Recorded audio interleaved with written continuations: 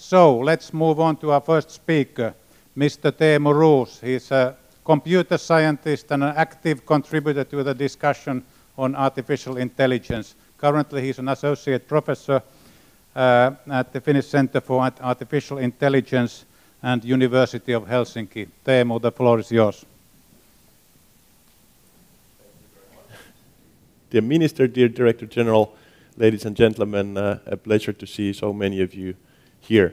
I will go straight to the topic of overview of AI and in particular the challenges to IPR concerned with that. I just forgot to say I will explain the cover illustration in a bit. I will explain where that comes from. But just very briefly to put us on the map, so to speak, I will present you with a map of AI and related topics that I often use when I try and explain what do I actually mean when I say AI. So here we have a kind of a world of AI, artificial intelligence, and I like to kind of talk about it by dissecting it in different subtopics so that I could be more specific of what kind of AI I mean. And these different sub-disciplines of AI include something like reasoning and logic-based systems, which were the big thing in the 80s under the headline of expert systems and such things. We have planning and optimization systems that are widely used every day in many, many fields of industry and research and any activity. These are not necessarily called AI, they're already so established and commonplace that we just call them computational techniques for optimization and planning. Like for instance, when I get around the city, I can use the travel planner that gives me the most convenient public transport route, and that would be considered AI in the 60s, but nowadays it's already standard computing knowledge. And then there is this big area which we call machine learning, and that's currently the very big thing, and that has been kind of driving many of the advances in AI since the turn of the millennium. But to make things a bit more complicated, there are also other fields than AI or computer science more generally that have, let's say, that are involved when we talk about systems that can learn from data. And of course, statistics is sort of even older, even more established field of science than AI in this area. And there is a significant amount of overlap between statistics and machine learning. Both, of course, are about extracting some knowledge and patterns from data. And there are some more sort of recent terms like data science. We nowadays have a data science master's program at the university, and we teach data scientists, and they have to know a lot of statistics, a lot of computing, AI, and things like systems engineering. So again, there's overlap. And this has actually led to this sort of a nerdy joke that circulates Twitter, where you say that if you market, you should say AI, so our company has strong investment in AI expertise. But then when you recruit, you'd want to be a bit more specific, and you say we're looking for people with machine learning expertise. And then again, there's a typo there, I'm sorry, but it should be implementing. You use something as established as linear regression. Not the fanciest, let's say, bells and whistles necessarily, but if you just use these good old-fashioned techniques with skill, you can build tremendously successful AI applications. And there's nothing wrong with this. I'm not saying that it's all kind of hype and sort of nonsense in what AI is. I'm saying that on different occasions you'd want to be more general or want to be more specific. And it's really about the skill of applying these methods than necessarily having the most recent deep learning systems. So we can't really, so that's the kind of the big picture, different fields. I can't actually give you a proper definition of AI. The best I can do is this not completely serious definition, cool things that cannot be done by a computer yet. And that emphasizes just the kind of evolving nature of the field, that some things that we can do, they are not necessarily anymore considered AI, they're just algorithms. A more serious-minded definition is given in this rather interesting recent communication by the European Commission, where it says AI refers to systems that display intelligent behavior, notice the word behavior instead of intelligence, by analyzing their environment and taking action with some degree of autonomy to achieve specific goals. And I'd also like to emphasize specific goals set by the user, by the developer of the system. These systems still, they're not independent in the sense that they would set their own goals. They're maybe autonomous in devising their solutions towards that goal, but it's the user who sets the goal. It's the developer.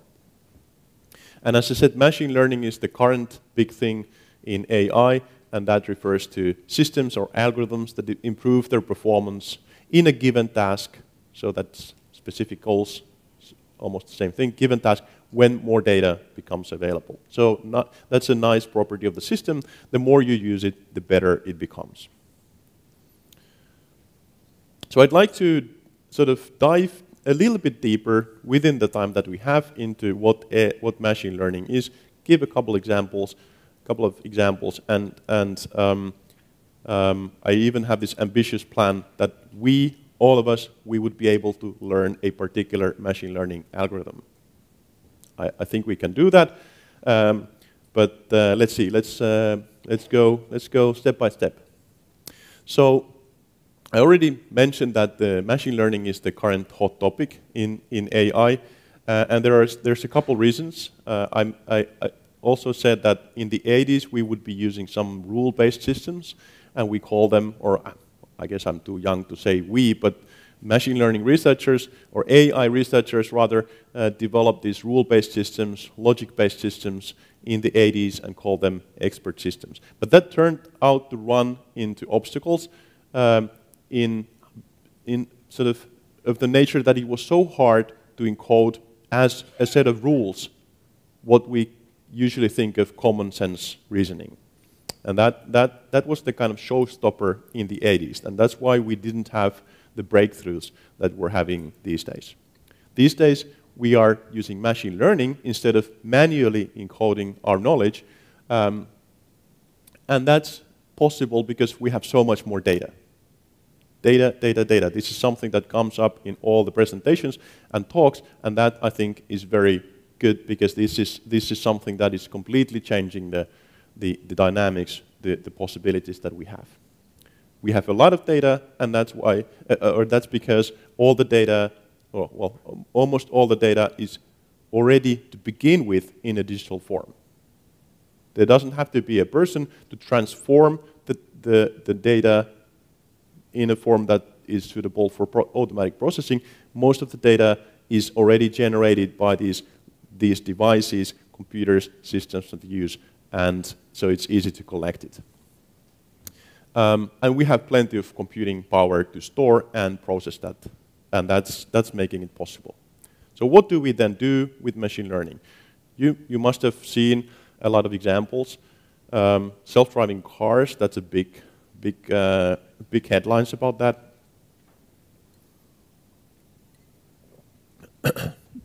Big headlines about that coming or not, when it's coming. But I would think that, excuse me, this is not the biggest thing, even though it's the biggest box in my slide. The bigger thing is information transmission, recommendation systems, social media algorithms, and filters. These are the big thing from the societal point of view. Of course, it's nice that you don't have to drive yourself or that you can transport goods more efficiently, but think of the importance of sort of accessing knowledge about the world, accessing knowledge about people's thoughts about the world. And we have these systems, I've just put Google, there is no intent to say that this is only Google, it's Facebook, it's Twitter, it's every news outlet online that personalizes the content. They have algorithms which are based on artificial intelligence, and they are between you as a consumer of information or knowledge or news, social media, and the source of that information. They are filtering the content, and therefore they have a big responsibility in shaping the view that you get about the world. We've already seen some negative consequences of not being able to control how that happens through manipulation of elections and trolling and so forth and so on. So I would say this box should be much bigger if we consider this as the kind of information transmission related applications of AI rather than just the cars. You know, I don't really care if we have a driverless car or not, but I do really care about how this is changing the society. Okay, let's move on. We have a lot of different analytics applications in different fields of industry, and also there's no field of science, no research topic that wouldn't be already today benefiting from AI.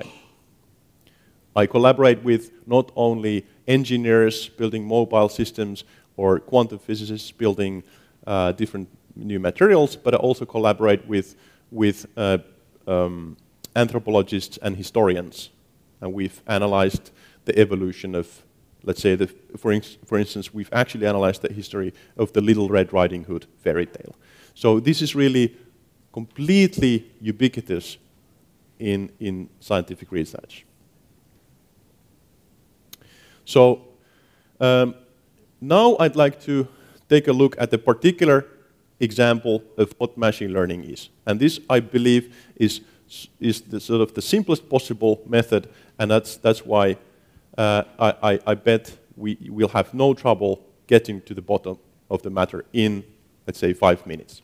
So if you just can focus, I'm sure you'll be able to get it. This doesn't require a PhD in advanced mathematics or anything.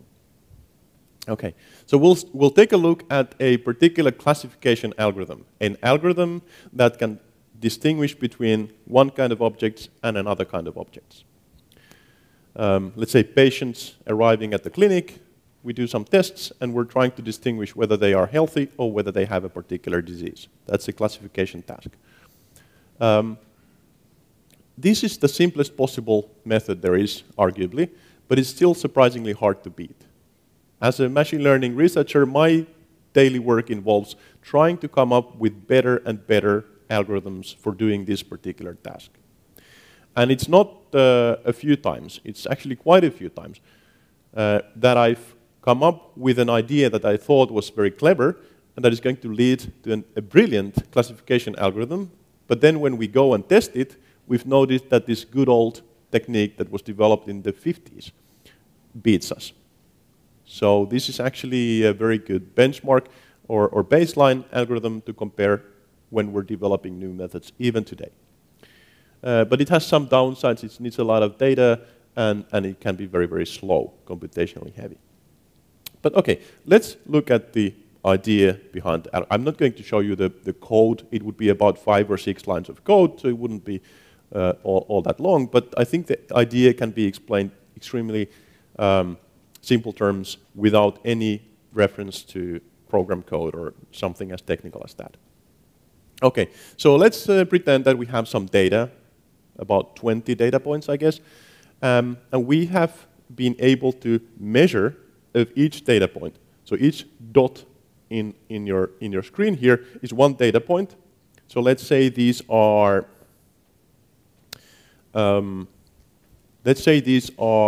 lakes.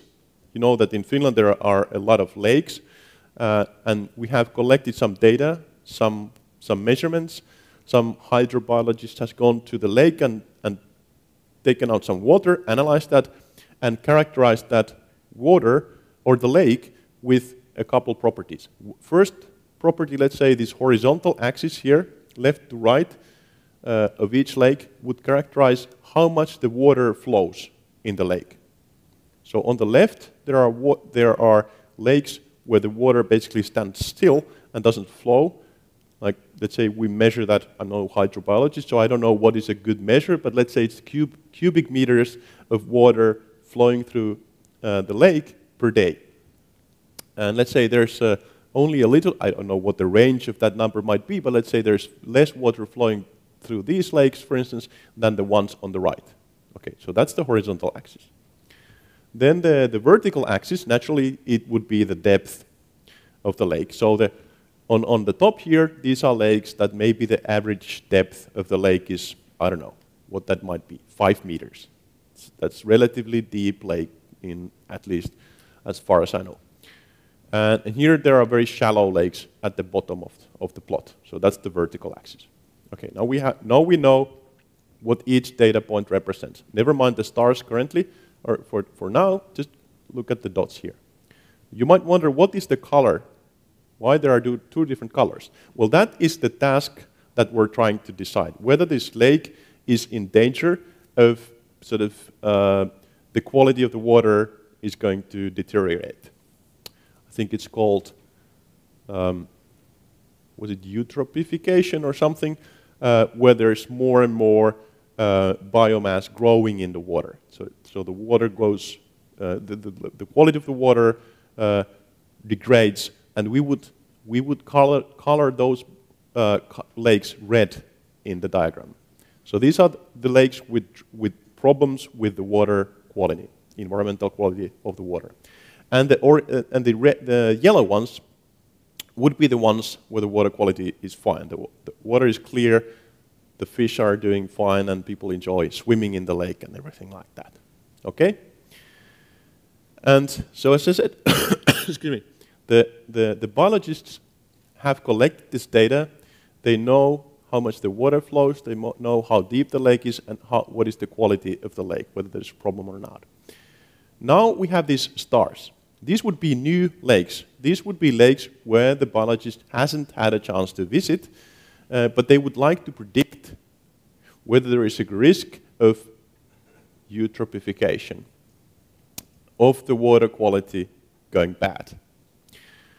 How would you now, I know that many of you are probably not hydrobiologists, but still, if we would have a vote here, or some sort of a poll, who would say that there is a risk that this lake that is here marked with a star, so not much water flow because it's on the left, and sort of slightly deeper than average because it's towards the top, how many of you would think that there is a risk that the water quality would be deteriorating here? Hands up. A lot of hands up. How about this lake here? How many of you would think that this is likely to be of the red category? Hands up? No hands up.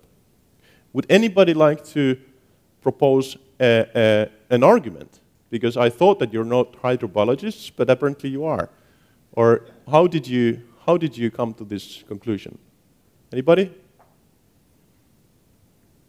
Why? What made you, or did you just raise your hand because the others did?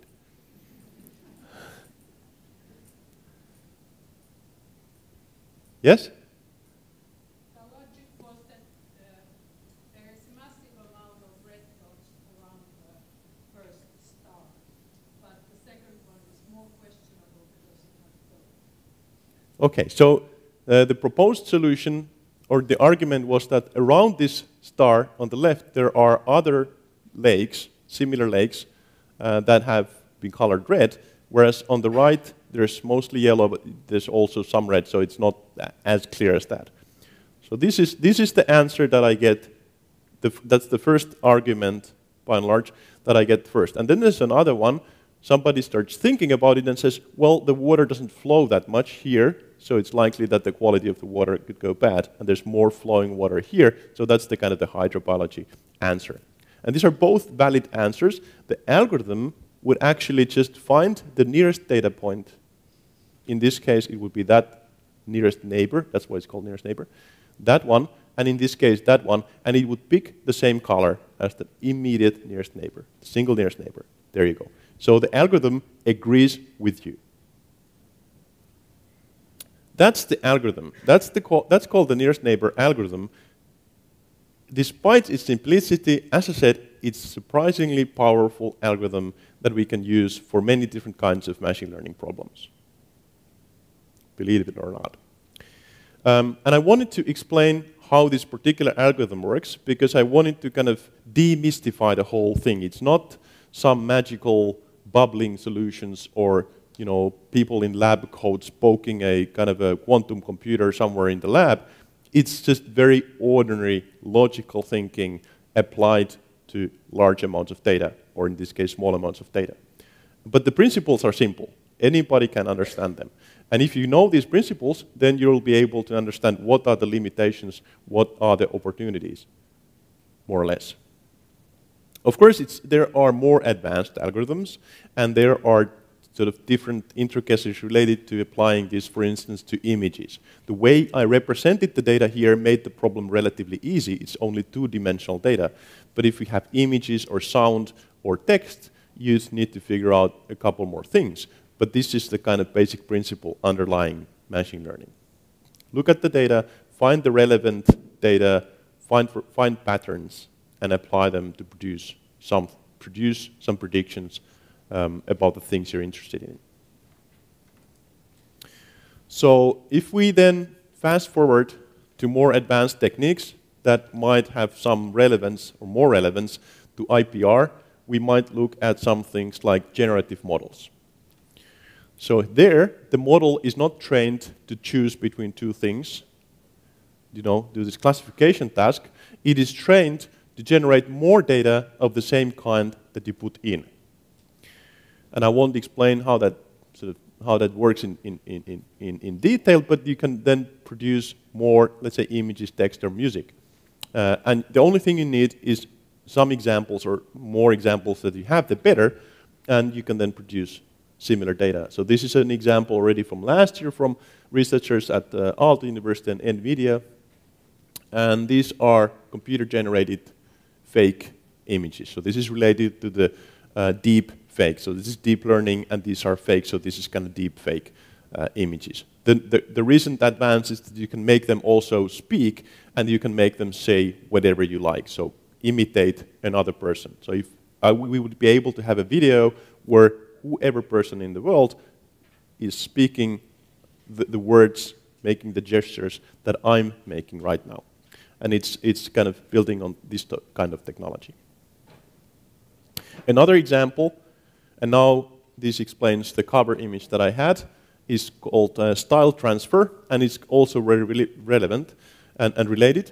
So we can reproduce the style of an image, and style here corresponds to the statistical properties of the image that characterize the appearance. So some local statistical properties of the images, the contrast, the colors, so on.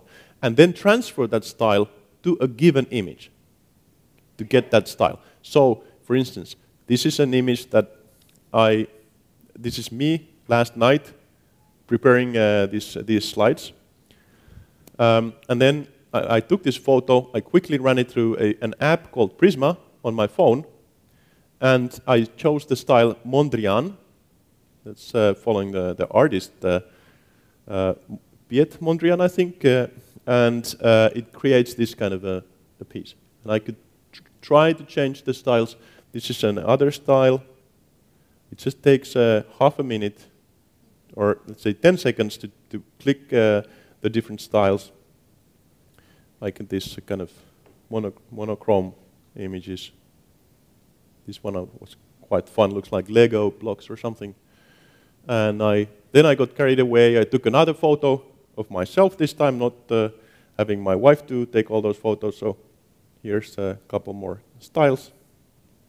And I could do this very easy style transfer. It would take a while to try and draw that with a pencil, wouldn't it? Okay, so what does this all mean for IPR? Who owns the IPR of AI-generated content? Is it the AI? Well, I want to shout out, no, the AI doesn't own any rights. It's not an entity that could have any rights or responsibilities. It's the individuals who have contributed to the outcome. And these individuals include, or organizations, they include the designers of the system, whoever provides the data, and the user. So it's just, we have to figure out who has contributed how much, and then they have to find an agreement who owns the IPR. That's my stance. And we have, so incentives, it's important that everybody has incentives to contribute. So just to conclude, and this might be a bold conclusion after all, because there's been so much talk about disrupting the whole scene. I would say that AI will not disrupt IPR law, because we already have principles under which we can share IPR when multiple parties take part in generating that. We have a paper on that where we explicate this principle with the actual IPR law experts. So my message is kind of keep calm, carry on. The work that you've been doing so far is not going to completely change and be outdated. You just need to make sure that the systems are as well understood as possible. And I'll leave this on, so if you want to learn more about AI, I only had this half an hour, I only could teach you one algorithm, but if you want to learn more algorithms and their implications in different areas of society, I recommend this course that we created together with this Finnish company Reactor, elementsofai.com, completely free, and you'll be able to learn about AI, if you like, at your own pace on your computer. Thank you.